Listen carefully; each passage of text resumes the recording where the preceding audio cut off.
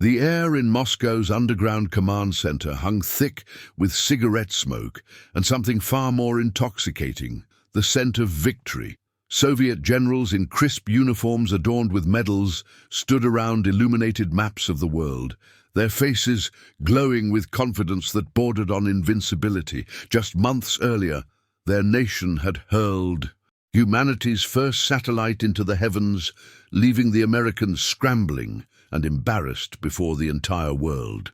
The technological gap seemed undeniable now, a chasm that proved socialism's superiority over the chaotic capitalism of the West. Premier Khrushchev's words echoed through every ministry and military installation.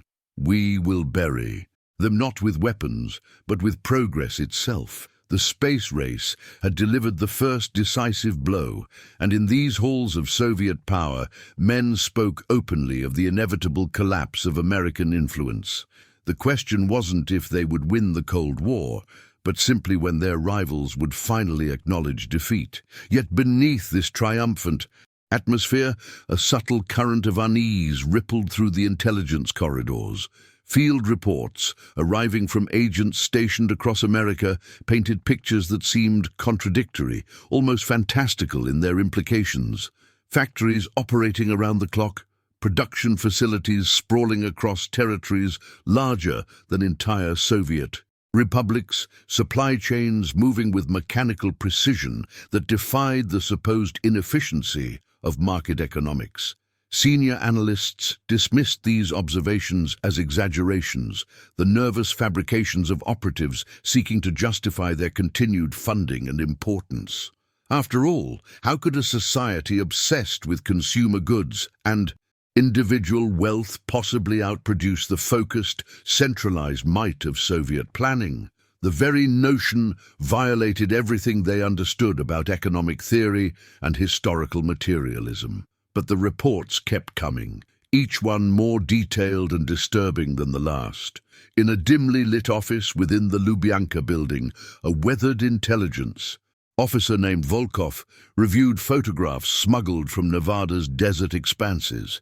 His hands trembled slightly as he studied images of construction on scales that seemed to defy rational explanation. Something massive was taking shape in the American heartland, something that would soon force every assumption about Western weakness into question.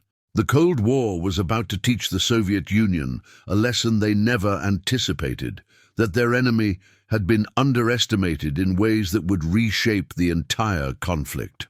What Volkov didn't yet realize was that he would soon deliver the most devastating intelligence briefing in Soviet history. The photographs spread across Volkov's desk told a story his superiors refused to believe. Grainy surveillance images captured what appeared to be an enormous construction site carved into the Nevada wasteland, where American engineers were building something the Soviet analysts had labeled Project Wasteland, with dismissive laughter. The images showed concrete bunkers spanning multiple square kilometers, underground facilities whose true depth remained unknown, and infrastructure that seemed designed for operations on a scale that contradicted every economic projection Moscow had calculated. When Volkov submitted his preliminary assessment, suggesting this represented a significant industrial capability expansion, the response from senior leadership arrived within hours. A curt memo, stamped with red ink, that questioned whether he'd been compromised by Western disinformation. His colleagues in the analysis division mocked him openly in the cafeteria, calling the American project a typical capitalist monument to excess, a wasteful demonstration meant to intimidate rather than serve any practical military purpose. But Volkov had spent 15 years studying American industrial patterns, and something about these images triggered alarms that his training wouldn't let him ignore. The official Soviet position remained unchanged throughout the intelligence community. America's decentralized economy represented fundamental weakness, not strength. Central planning allowed the Soviet Union to direct resources with ruthless efficiency toward military production, while the Americans supposedly squandered their potential on frivolous consumer goods and corporate competition. The Politburo's economic advisors presented charts and graphs proving that socialist organization would inevitably outproduce the chaotic marketplace, where factories competed against each other instead of coordinating toward national objectives. This wasn't mere propaganda meant for public consumption. The leadership genuinely believed their own analysis, viewing capitalism as a dying system propped up by colonial exploitation and financial manipulation. The success of Sputnik had only reinforced these convictions, providing tangible evidence that Soviet methods delivered superior results when nations competed directly. Yet Volkov couldn't shake the troubling implications hidden within the intelligence data accumulating on his desk. American factory output numbers didn't match the patterns of an economy in decline or a society distracted by decadence. The reports described production facilities that operated with multiple shifts around the clock, supply chains that moved raw materials across vast distances with surprising reliability, and a workforce that seemed bizarrely motivated despite lacking the ideological discipline of Soviet workers. His contacts in East Germany forwarded intercepted communications revealing American companies competing fiercely for defense contracts, driving innovation through rivalry rather than coordination. The more Volkov studied these fragments of information, the more he suspected that Moscow's understanding of Western industrial capacity contained dangerous blind spots that could prove catastrophic if left unaddressed. Standing before the window of his office as Moscow's winter darkness settled over the city, Volkov made a decision that would alter his career and potentially reshape Soviet strategic thinking. He would request authorization for a deep penetration operation into American defense networks, not to steal weapon designs or tactical plans, but to understand the true production capacity of their industrial base. His superiors would resist, viewing such investigation as unnecessary when Soviet superiority seemed self-evident, but Volkov possessed enough seniority and credibility to push the proposal through bureaucratic channels. The photographs from Nevada haunted him with questions that demanded answers, whispers of an American capability that contradicted decades of Marxist economic theory. What he would eventually discover would send shockwaves through the Kremlin's halls of power, forcing a reckoning with uncomfortable truths about their adversary. The authorization came through on a February morning when frost covered the Kremlin's windows like crystallized secrets, delivered by a courier whose blank expression revealed nothing about the debates Volkov's proposal had triggered in rooms he would never enter. The document bore signatures from 3 separate departments, each stamped with warnings about resource allocation and explicit instructions that his operation must produce actionable intelligence, justifying its considerable expense. Volkov read the conditions twice, understanding that failure would not merely end his career, but potentially label him as someone who had wasted state resources chasing capitalist phantoms. His hands trembled slightly as he folded the papers, not from fear, but from the weight of what he was about to attempt. An infiltration designed not to steal secrets, but to measure the unmeasurable, to quantify the industrial soul of America itself. The other analysts in his division noticed his unusual silence that day, the way he stared at maps of the United States with an intensity that suggested he was looking beyond geography into something deeper. Building the operation required calling in favors accumulated over 15 years of careful networking within the intelligence apparatus, recruiting specialists whose skills lay not in sabotage or assassination, but in economics, logistics, and industrial engineering. Volkov assembled a team of 7 analysts, each sworn to absolute secrecy, briefing them in a soundproofed room where cigarette smoke hung thick enough to obscure the ceiling lights. Their target wasn't a single facility or weapon system, but rather the entire ecosystem of American defense production. The contracts, the suppliers, the transportation networks, the financial mechanisms that transformed raw materials into military power. He showed them the Nevada photographs that had started everything, watching their faces shift from skepticism to troubled concentration as he outlined patterns they couldn't dismiss. The youngest analyst, a woman named Kuznetsova, who had studied Western economic systems at Moscow University, asked the question nobody else dared voice. What if their fundamental assumptions about capitalist weakness were simply wrong?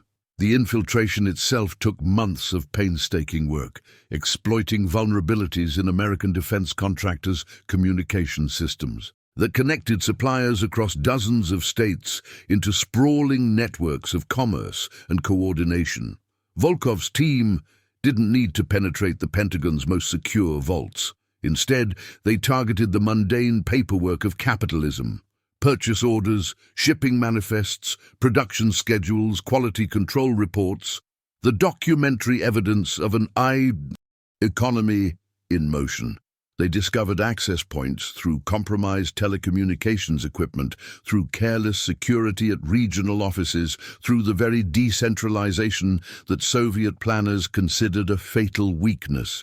Night after night, encrypted transmissions carried data back to Moscow, gigabytes of information that painted a picture Volkov found increasingly difficult to believe. The numbers suggested production capacities that exceeded Soviet estimates by factors that seemed mathematically impossible unless American economic theory functioned by rules Moscow had never understood. When Volkov finally compiled the complete assessment, the document ran to 200 pages of analysis supported by irrefutable evidence that would force the Politburo to confront a reality they had spent decades denying. He held the bound report in both hands, feeling its physical weight as a prelude to the intellectual weight it would impose on Soviet strategic thinking. Tomorrow, he would present findings that proved America wasn't just strong. It was built on principles that allowed sustainable mass production at scales the centralized Soviet system could never match without fundamental transformation. The winter sun set over Moscow as Volkov prepared for a meeting that would change everything, knowing that some truths, once revealed, cannot be ignored no matter how inconvenient they prove to be. The classified documents arrived in batches over 6 weeks, each transmission decoded in the early morning hours when Moscow's intelligence headquarters operated with skeleton crews and minimal oversight.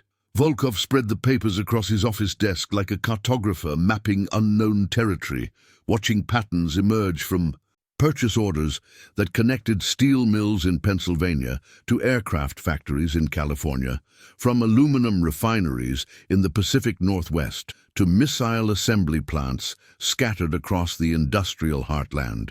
The sheer geographic distribution stunned him, where Soviet production concentrated in secure zones, protected by secrecy and centralized control. American manufacturing sprawled across an entire continent in a web of private companies competing and cooperating simultaneously. He traced shipping routes with his finger, following supply chains that moved components thousands of miles through systems that somehow maintained precision despite appearing chaotic by Soviet standards. The numbers documented production rates that made his breath catch. One B-52 bomber every 3 days, submarines launched monthly, intercontinental ballistic missiles rolling off assembly lines with the regularity of automobiles. This wasn't the desperate mobilization of a nation at war, but rather the steady drumbeat of an economy operating at sustainable capacity, powered by principles Moscow had dismissed as inefficient fantasy. Kuznetsova discovered the financial mechanisms that made everything possible, buried in corporate reports that American companies published openly as though industrial capacity was nothing to hide. She brought Volkov documentation of defense contractors drawing capital from private investment markets, banks extending credit based on projected orders, insurance companies spreading risk across countless transactions that collectively enabled billions in sustained military production.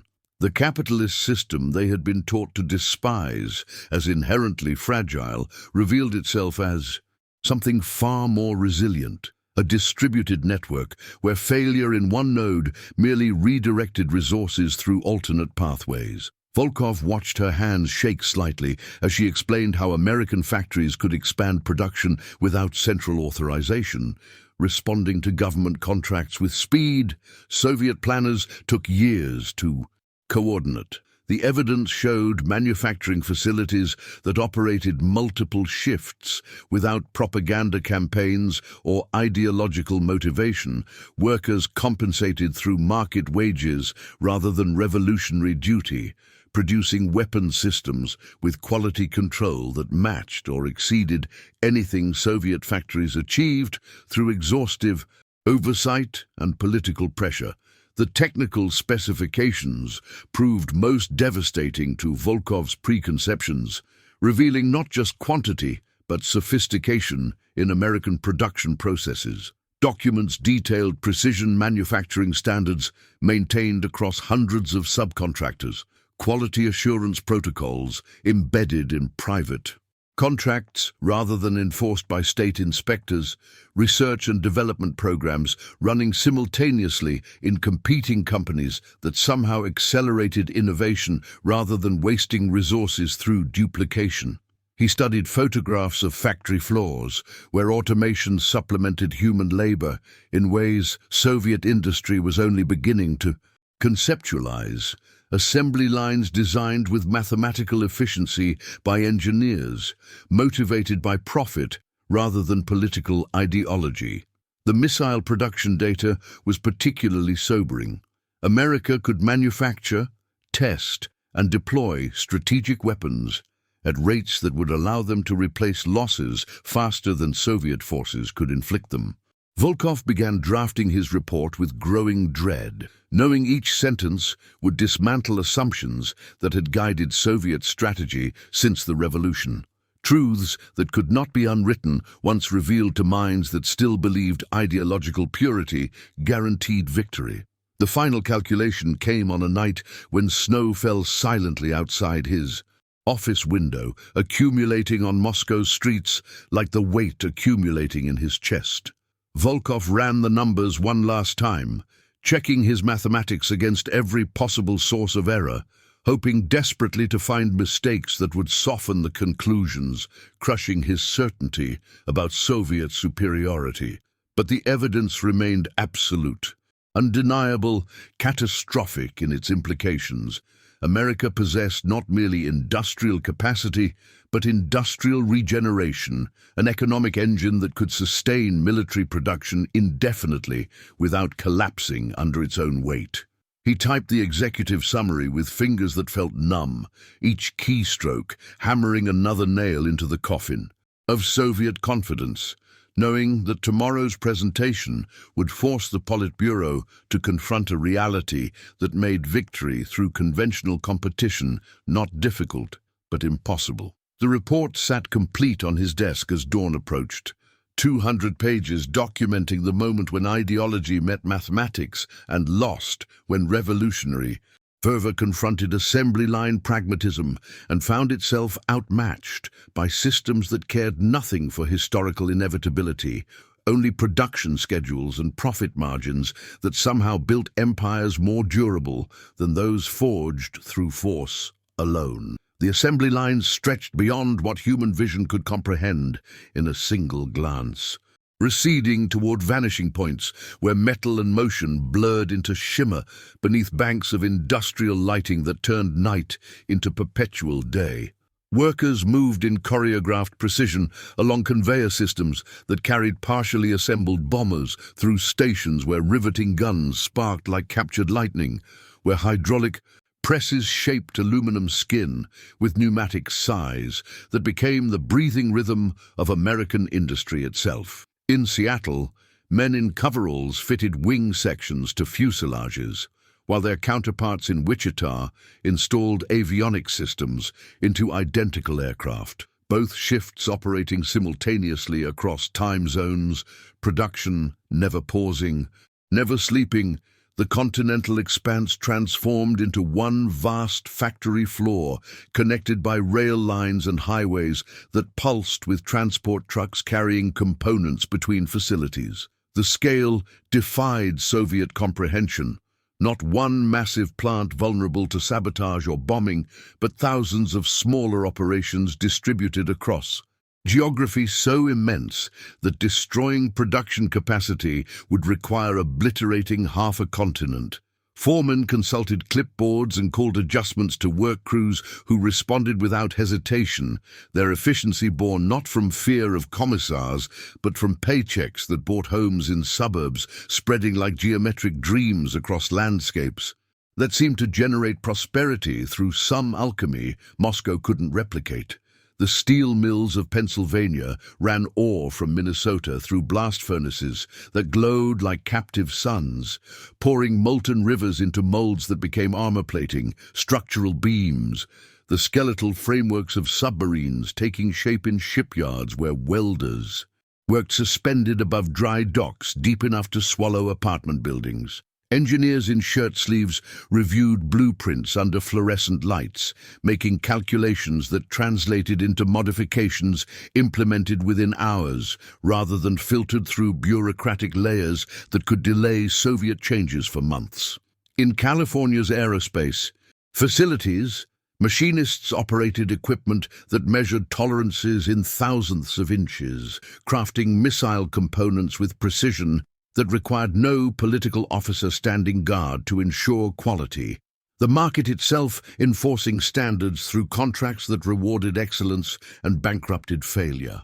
The production tempo maintained itself through mechanisms Volkov's documents catalogued but couldn't fully explain. Incentive structures where workers shared in productivity gains, management systems that delegated authority downward rather than concentrating it upward, supply chains coordinated through price signals rather than central directives that always arrived too late or aimed at yesterday's requirements. The night shifts emerged as phantom counterparts to daylight operations, fresh crews arriving as others departed, carrying lunch pails and thermoses toward factory gates that never closed, maintaining production rhythms that accumulated into millions of man-hours, translated directly into bombers, missiles, the submarines sliding down launching rails into waters that would carry American power to every ocean. Volkov's photographs captured women operating precision equipment with casual competence, minorities working alongside whites in integration that Soviet propaganda claimed impossible under capitalism, faces showing concentration rather than ideological fervor, motivated by wages and overtime rather than revolutionary slogans that lost meaning through repetition.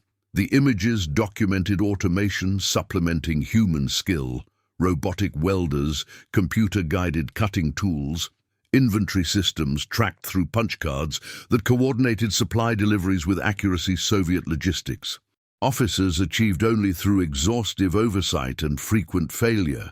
This was production, a sustainable system, rather than heroic crisis mobilization. Factories designed to run indefinitely at capacities that would constitute emergency wartime production by Soviet standards.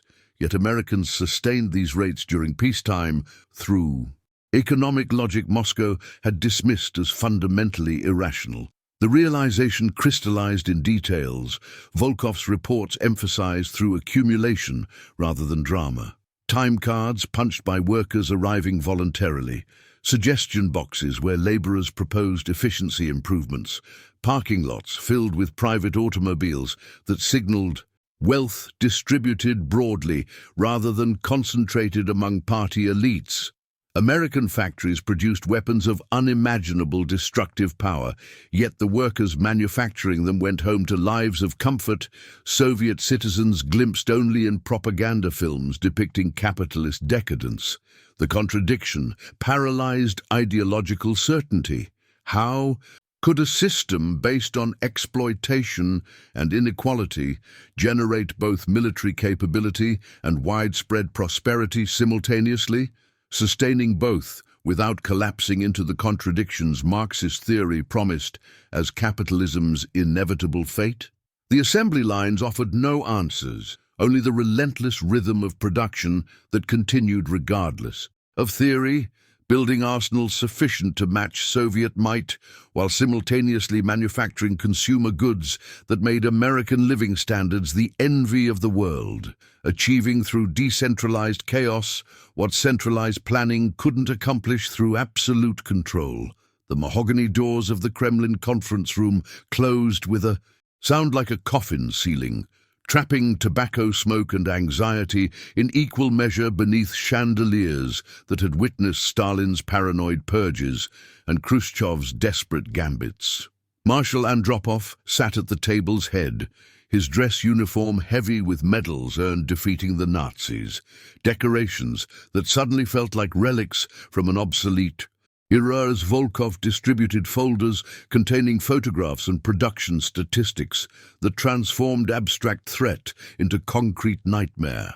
Around the table, faces aged beyond their years by atomic anxieties and ideological burdens leaned forward, cigarettes forgotten in ashtrays as fingers traced columns of numbers that climbed toward figures their military doctrine had declared impossible for any capitalist nation to sustain. The heating system hissed through radiators like the breathing of some hidden observer, and through windows overlooking Red Square, snow fell in silence that contrasted sharply with the industrial thunder Volkov's documents described happening across the Atlantic. General Secretary Brezhnev lifted a photograph showing an aircraft assembly facility in Kansas, squinting at the image as though intensity of vision might reveal some hidden flaw, some proof of Western propaganda rather than operational reality. His voice emerged hoarse from decades of committee meetings and vodka negotiations, demanding explanations that Volkov could only answer with additional evidence: more factories, more shift schedules, more production rates that accumulated like prosecutors' exhibits, proving guilt beyond reasonable doubt. Defense Minister Ustinov removed his glasses to clean them repeatedly, a nervous gesture that betrayed how thoroughly these revelations undermined military projections he'd spent years constructing, strategic calculations now exposed as fantasies built on willful ignorance of enemy capabilities. The air grew thicker with each page turned, each statistic absorbed, the collective realization spreading like radiation that America's economic system generated military power through mechanisms Soviet planning couldn't replicate without abandoning the very ideology that justified their authority. Volkov stood at the projection screen, showing maps of American industrial distribution, his pointer tracing supply chains that connected steel production in one region with aircraft assembly 3,000 kilometers distant. Logistics coordinated through market forces rather than bureaucratic decree. He described workers arriving voluntarily for shifts that ran around the clock, motivated by wages that purchased homes and automobiles, rather than fear of punishment for failing production quotas, and the room absorbed this information with the silence of men watching, their worldview collapse. Admiral Gorshkov gripped the table edge until knuckles whitened, understanding that naval construction rates he'd dismissed as capitalist fantasy were actually conservative estimates, that American shipyards could replace losses faster than Soviet submarines could inflict them in any conventional conflict. The photographs showed no propaganda posters demanding sacrifice, no political officers enforcing loyalty, yet production continued with efficiency that exceeded Soviet facilities operating under constant ideological supervision, a paradox that dissolved certainty about capitalism's inevitable collapse. The meeting extended past midnight as generals recalculated scenarios that now concluded with Soviet defeat in any prolonged engagement, their voices growing quieter as implications crystallized into strategic dead ends. Brezhnev finally closed the folder before him, his expression revealing the terrible burden of understanding that the Cold War's outcome had perhaps already been determined by factors beyond ideology or willpower. determined by assembly lines that never stopped, by economic systems that generated both missiles and prosperity, by American industrial capacity so vast that matching it would require transforming the Soviet Union into something unrecognizable. The winter dawn broke grey over Moscow as Volkov watched exhausted. Politburo members filed from the conference room, their shoulders bent under invisible weight that statistics and photographs had placed there during the night. In offices throughout the Kremlin's labyrinthine corridors, economic planners received urgent summons to explain how Soviet industry might achieve American production levels without the decentralized market mechanisms that communist doctrine condemned as exploitative chaos. Calculator keys clicked in frantic rhythm as analysts ran projections that all concluded with the same impossible choice: either abandon centralized planning's fundamental principles or accept permanent industrial inferiority to an adversary whose factories operated through profit motive rather than ideological commitment. The heating pipes groaned and stuttered, their inefficiency suddenly symbolic of larger systemic problems that no 5-year plan could remedy through willpower alone. Through windows overlooking the Moscow River, smoke rose from industrial districts where workers fulfilled quotas. Through heroic effort that still couldn't match the sustainable output of American facilities running 3 shifts daily with voluntary labor. Marshal Andropov summoned his senior strategists to his private office, where maps covered walls once decorated with optimistic projections of socialist victory through superior production discipline. His voice carried none of its usual certainty as he acknowledged what the night's revelations demanded, that Soviet military doctrine must fundamentally change to address an enemy whose economic system generated weapons faster than communist planning could replicate. The strategists proposed asymmetric warfare, technological surprises, proxy conflicts, in regions where American industrial advantage mattered less than ideological commitment and guerrilla tactics. Cigarette smoke drifted past Venetian blinds, filtering weak sunlight, creating shadows that striped the maps like prison bars, trapping Soviet ambitions within geographical and economic constraints that American factories had constructed more effectively than any military blockade. Someone mentioned nuclear parity as the great equalizer, but even that comfort felt hollow, knowing the factories producing conventional forces could shift to atomic weapon production faster than Soviet facilities, exhausted by matching current output. In the Kremlin cafeteria, junior officers whispered over tea about rumored production statistics, numbers transforming from propaganda into strategic nightmare as understanding spread through military hierarchy like frost patterns forming on winter windows. The realization settled into institutional consciousness that victory through industrial competition had become impossible, that survival required acknowledging American economic superiority while seeking alternative pathways to global influence.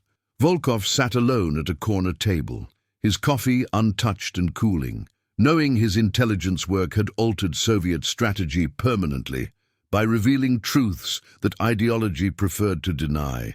The steam rising from abandoned cups throughout the cafeteria seemed to carry with it the evaporating confidence that had sustained Soviet leadership since defeating Germany, replaced by grim determination to continue struggling despite understanding the fundamental disadvantage their economic system imposed.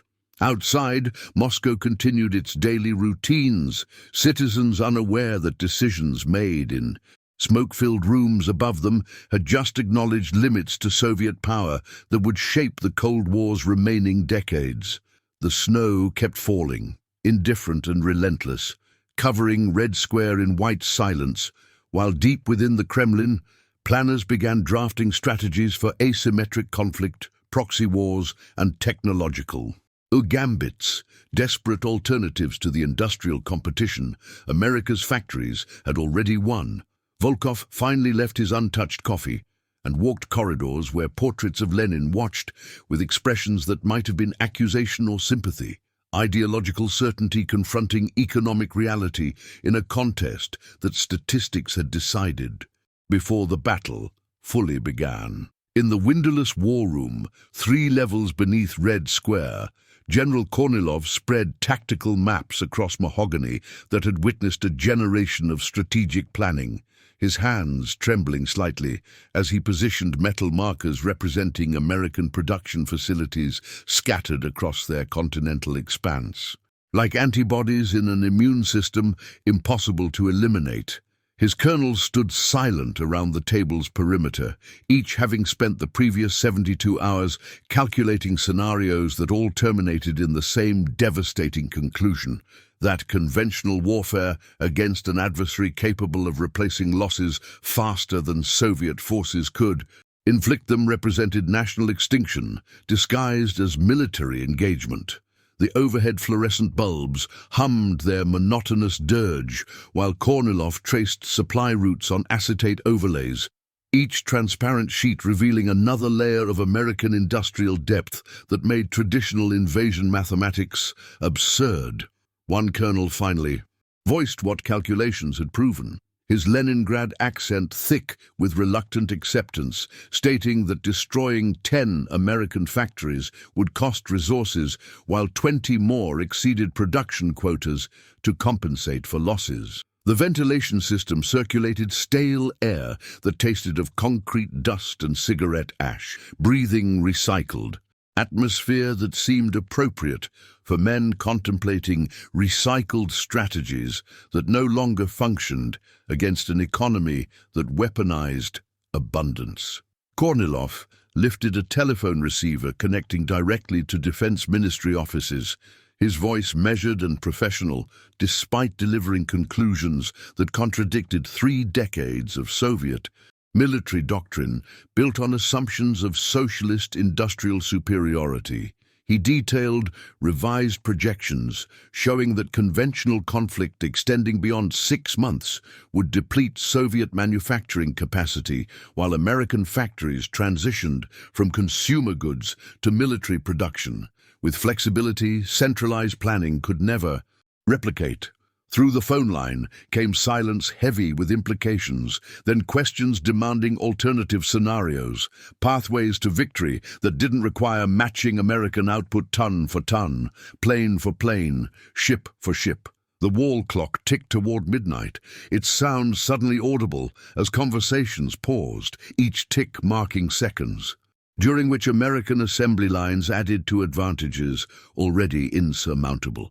Kornilov's response came slowly, words chosen carefully, acknowledging that future conflicts must avoid America's strengths, must exploit ideological commitment in regions where factories mattered less than conviction, where guerrilla warfare negated industrial capacity through asymmetric engagement that transformed economic advantage into logistical liability. His colonels began updating contingency plans, crossing out offensive operations and drafting defensive postures, their pens scratching against paper like mice behind walls, small sounds of adaptation to realities that ideology had obscured until Volkov's intelligence made denial impossible. Someone suggested technological leapfrogging, investing everything in revolutionary weapons that might offset quantitative disadvantages through qualitative superiority, grasping at possibilities that offered hope despite requiring breakthroughs Soviet research facilities had yet to demonstrate. The key: maps remained spread across mahogany, their colored zones now appearing less like conquest opportunities and more like warnings about overextension against an adversary whose economic system generated military power as naturally as rivers flowed downhill. Outside the war room's reinforced door, Moscow slept unaware that strategies protecting their security had just acknowledged permanent limitations, that survival now depended on avoiding the industrial competition their leaders had once confidently predicted, winning through socialist discipline and centralized determination. In the days following that midnight conference beneath Red Square, a psychological transformation rippled through. Soviet leadership like frost spreading across glass, each bureaucrat and general privately confronting the reality that their ideological certainty had collided with mathematical impossibility.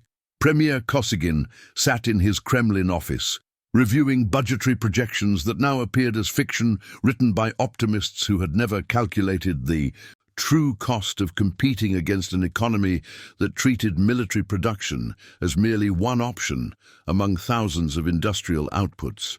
His advisors spoke in subdued tones about redirecting resources toward scientific research, toward influencing developing nations, toward anywhere that didn't require matching American factories unit for unit in competitions where victory demanded resources the Soviet Union would need centuries to accumulate. The mahogany desk before him held folders stamped with security classifications, each containing revised strategies that read less like offensive campaigns and more like defensive postures designed to preserve what existed rather than expand toward what propaganda had promised. Cigarette smoke drifted through slanting afternoon light that painted everything in amber hues of diminishing confidence, the air itself seeming heavier with implications that couldn't be discussed publicly without admitting that Marxist predictions about capitalist collapse had somehow inverted into capitalist abundance outproducing socialist determination through mechanisms theory hadn't anticipated. Within Lubyanka headquarters, intelligence officers restructured operations away from stealing manufacturing processes toward identifying political vulnerabilities in distant continents where ideology might compensate for industrial deficits. Volkov himself drafted new mission parameters, focusing on supporting revolutionary movements in regions where American military advantages meant nothing against populations motivated by local grievances rather than superpower competitions. The fluorescent-lit corridors echoed with footsteps of agents receiving assignments in jungles and deserts, territories where factories couldn't reach and production capacity couldn't determine outcomes. His typewriter clacked through evening shifts, each keystroke documenting the strategic pivot from confrontation toward circumvention, from challenging American strengths toward exploiting the overconfidence that abundance sometimes generated. In classified seminars held within military academies, instructors began teaching defensive doctrines that emphasized nuclear deterrence over conventional superiority, acknowledging that survival depended on preventing wars rather than winning them through industrial attrition. Young officers learned to think asymmetrically, to value guerrilla tactics and proxy engagements over the massive tank formations their predecessors had worshipped as socialism's answer to capitalist decadence. The chalkboards displayed formulas calculating minimum credible deterrence rather than maximum offensive capability, mathematics of sufficiency replacing dreams of dominance. The Soviet Union had learned what empires throughout history eventually discovered, that some competitions cannot be won through determination alone, that reality occasionally demands accepting limitations and finding alternative paths forward that preserve dignity while acknowledging truths too substantial to ignore, regardless of how completely they contradicted everything previously believed about economic systems and industrial destiny. The realization settled into Soviet strategic doctrine like sediment layering at the bottom of a cold river, each passing season depositing new understandings that hardened into foundational principles, shaping decisions for decades to come. In conference rooms throughout Moscow's labyrinthine government complexes, where oil paintings of Lenin gazed down upon mahogany tables scarred by countless urgent meetings, military planners stopped drafting invasion scenarios and began calculating minimum thresholds for credible deterrence, accepting that survival rather than victory had become the only rational objective. The Cold War transformed from a contest the Soviets believed they could win through ideological purity and revolutionary fervor into an endurance test requiring careful resource management and strategic patience, acknowledging that American industrial capacity represented not temporary advantage, but fundamental structural reality. Intelligence networks pivoted entirely, focusing efforts on political destabilization in distant territories where factories and assembly lines meant nothing compared to local grievances and revolutionary sentiment, where asymmetric approaches might achieve what direct competition never could. Young strategists entering government service learned different lessons than their predecessors, studying not how to outproduce America, but how to outlast it through proxy engagements and political maneuvering that avoided triggering the industrial machine Volkov's reports had revealed. The psychological weight of this understanding pressed upon Soviet leadership like atmospheric pressure before a storm, invisible but undeniable, shaping every calculation about resources, alliances, and the narrowing paths toward futures that resembled nothing the revolution's architects had envisioned when they promised workers paradises built on superior economic systems. Historians examining declassified documents decades later would identify this precise moment as the inflection point when Soviet strategy fundamentally transformed, when confidence gave way to calculation and ambition yielded to pragmatism born from confronting uncomfortable truth. The folders Volkov compiled remained classified for generations, their contents too devastating to Soviet mythology to acknowledge publicly, yet their influence permeated every subsequent decision about military spending, technological development, and geopolitical positioning. In the end, America's greatest Cold War weapon wasn't any particular missile or aircraft, but rather the invisible reality of distributed industrial capacity operating at scales that centralized planning could observe, but never replicate, without abandoning the very principles that justified the entire Soviet experiment. The Cold War continued for decades afterward, but its outcome had been determined not in dramatic confrontations or ideological debates, but in factory outputs and production statistics, in the mathematics of sustainability that Volkov's Midnight Report had illuminated with brutal clarity for those willing to accept what the numbers revealed about economic systems and the empires they sustained or condemned. What would history look like if the Soviets had matched American production even for 1 year? Subscribe to explore the hidden turning points that shaped our world.